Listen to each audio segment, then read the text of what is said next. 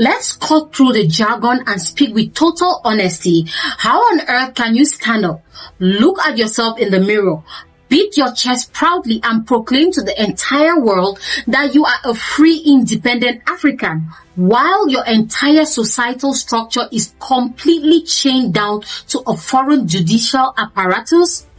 Welcome back to Power and Pulse. Today we are going to dismantle one of the most absurd and exhausting circus shows left behind by colonial history. Think about the absolute theater of it all. Captain Ibrahim Traoré recently looked at the whole institutional facade in Burkina Faso and essentially asked a question that had the entire legal elite shaking in their boots. What exactly is this colonial system we are worshipping? It is a literal costume party. You have grown men and women, right, sitting in sweltering West African heat, putting on these massive white horsehair wigs. We don't even know what they are wearing on their heads half the time. Is it a wig from the 18th century? They drape themselves in heavy dark woolen robes designed for freezing European winters, walk into a courtroom and wait for everyone to hand them an ancient textbook written by people who didn't even know our ancestors existed. Then they bang a little wooden hammer on a block, make a loud noise, and suddenly claim they are dispensing justice over an African population. You spent 7 years at a university studying foreign statutes, memorizing Latin phrases that no one in your village can pronounce, and you call yourself a brilliant lawyer. Then you climb up to a high bench to sit as a judge, passing down absolute life-altering verdicts on community issues, land rights, and family dynamics that you do not even comprehend. Captain Traoré dropped a massive truth bomb on the global establishment when he declared that we can no longer allow this imported courtroom theater to dictate terms on a soil it doesn't understand. Real justice is not about leather-bound books imported from Paris. It isn't about archaic Latin declarations. Yet, for decades, we have been dragging our people through these broken legal channels, wasting massive communal resources, depleting our life savings, and destroying family networks over technicalities. The elite tells us we need these courtrooms for civilization, but the moment a poor man walks into that building without a suitcase full of liquid cash or to hire a high-flying attorney, he realizes the system was never built for him anyways. Traoré looked at this institutional hypocrisy and said, no more. The time has officially come to return the scales of righteousness back to the very soil where true African communal balance was born. Now, let's pull back the curtain and take a deep journey into how our societies actually managed human conflict before the colonial powers came across the ocean and completely disrupted our social fabric. Long before the external world brought its convoluted monetization-driven court systems to exploit our differences, Africa possessed a flawless, hyper-organized, and deeply organized hierarchy of conflict resolution. We didn't have multi-year backlogs in municipal courtrooms because our justice was rooted in immediate restoration of harmony, not the enrichment of professional litigators. Our ancestral matrix was built on a beautifully structured grassroots ladder of accountability. When a dispute erupted between two individuals or households, you didn't instantly run to an alien building to file a lawsuit and freeze community relations. No, you took the issue directly to the respected family head. That elder knew the character of everyone involved. They knew the history of the families and could speak speak straight to the heart of the matter without needing a 500-page a manual of civil procedure. If the issue was too massive or complex for the family to resolve, it moved up systematically to the clan elders. If it defied their collective wisdom, it progressed further to the regional chiefs, and only an absolute last resort did it ascend to the ultimate court of the king. Look at the beautiful rolling hierarchy of that arrangement. Every single tier of that structure was occupied by traditional custodians who lived on the exact same land, breathed the same air, and understood the deep cultural, spiritual nuances of the people they were guiding.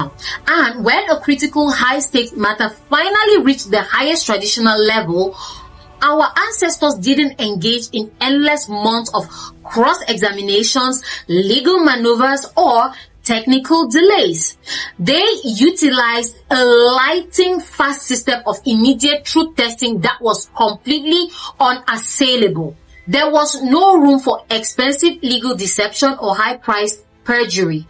The psychological and spiritual weight of that instant accountability kept our societies entirely clean. You didn't need a massive bank account to prove your innocence. You didn't need to spend 10 years waiting for a trial date while your life completely wasted away. It was swift, it was completely free, and it was restored absolute peace to the village within a single afternoon. Captain Traore is asking us a monumental question. Why did we trade this clean, accessible, truth-centered approach for a transactional foreign framework that turns human misery into a high profitable corporate industry?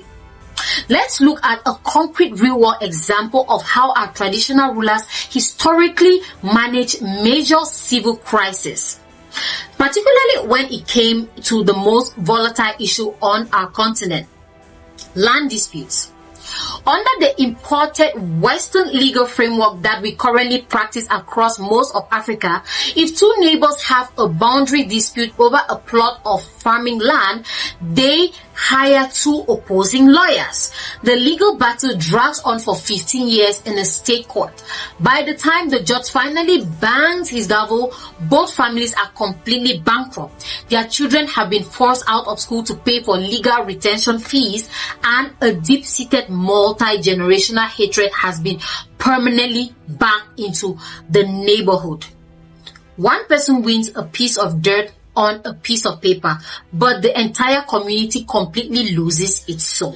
But let's look at the ancient, brilliant alchemy of how our indigenous elders handled that exact same crisis in the olden days. When two families were locked in an unresolvable feud over an agricultural boundary, the traditional chief wouldn't sit around trying to figure out which party had a better piece of colonial paper.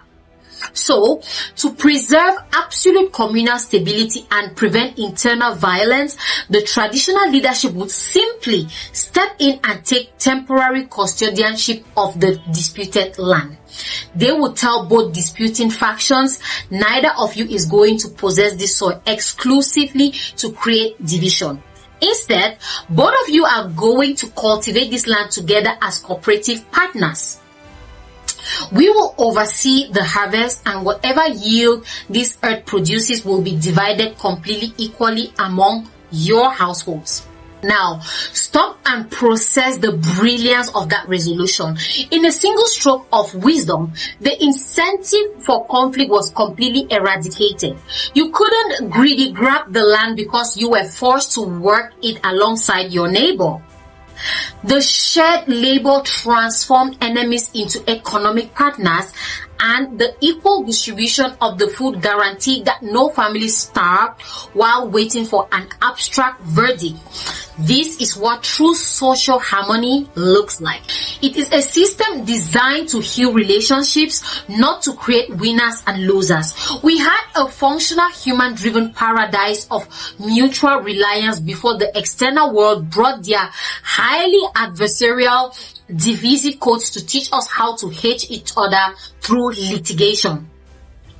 We adopted a foreign system that fundamentally thrives on our division, and we are paying for that with the slow destruction of our collective societal unit. This brings us directly to the groundbreaking revolutionary policy shifts shaking Burkina Faso to its very foundations right now. Captain Traore isn't just delivering fiery anti-imperialist speeches for online applause. He is actively rewriting the structural reality of his state. He has officially issued an absolute decree that strips power away from the detached, wig-wearing municipal magistrates and hands the true authority of conflict resolution back to our traditional rulers and local kings. He has recognized that our natural traditional chiefs are the true unbroken keepers of our cultural identity. They are the ones who understand the spiritual lines of the terrain, the historical boundaries of the village, and the internal dynamics of our people. By legally empowering them to adjudicate local matters, Burkina Faso is systematically bypassing the slow, corrupt, and highly exclusionary Western-style court corridors. Let's think about the profound geopolitical shockwave this creates. If you are a young person in Burkina Faso today thinking about going to law school just to learn how to wear a wide wig, right, speak archaic French and exploit your citizens through lengthy legal battles, you better completely re-evaluate your career strategy.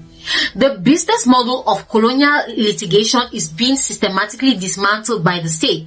This is the exact structural model that the African Union, our regional leaders, and our conscious youth across the length and breadth of the continent must be actively fighting to establish. We cannot continuously step onto international podiums proudly chanting the popular slogan that we are looking for African solutions to African problems, while our entire legal architecture is literally imported wholesale from the very empires that colonized us.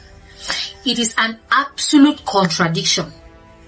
So, how can the solution be indigenous when the entire framework of your thought process is still entirely dictated by the ghost of your historical oppressor? It's like trying to cook an authentic traditional home-style soup, but insisting that every single ingredient must be bought in a tin can from a gourmet supermarket in Paris. It makes absolutely no sense. We love and completely validate the visionary leadership emerging within the Sahel Alliance across Mali, Niger, and of course Burkina Faso, because they are the only ones with the raw courage to take us completely back to our roots. They are proving to the world that true self-reliance is not merely about changing a flag or composing a new national anthem. It is about completely reclaiming the inner mental framework of how we govern, protect, and judge ourselves. Okay, so what we are witnessing in the Sahel is a complete awakening of regional self-determination. The whole world is looking at these judicial reforms with absolute horror, because they realize that when an African nation successfully decouples from the Western legal frameworks, the external powers lose their financial tool of institutional manipulation. So, for generations, whenever foreign corporations wanted to illegally seize African minerals, right, exploit local labor, or overturn progressive national resource policies, they didn't just use brute military force. Oh no, they used the local westernized court systems.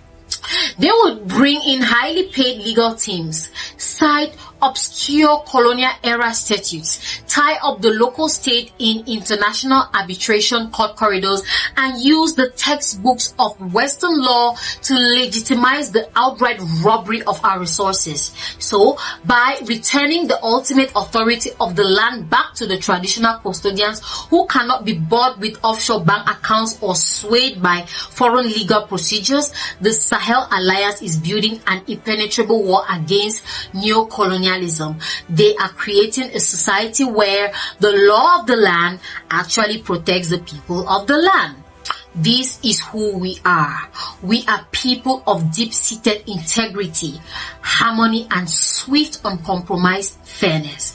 We had a beautiful civilization before the external world brought their divisive systems to exploit us, and it is our absolute duty to cherish, uphold, and fiercely defend what is naturally ours. The era of bowing down to the white wigs and the foreign textbooks is officially drawing to a close. A new dawn of authentic indigenous righteousness has broken across the Sahel, and the rest of the continent must either wake up and follow this unstoppable frequency or remain permanently trapped in the theater of colonial subjection. The illusion of colonial superiority is completely shattered, and the path back to our true ancestral identity is officially wide open. The data is clear. The cultural realignment is happening in real time, and the power dynamic is never and will never be the same again. Thank you all for watching. I am your host, Marie. This is Power and Pulse, and I will see you all in the next deep dive.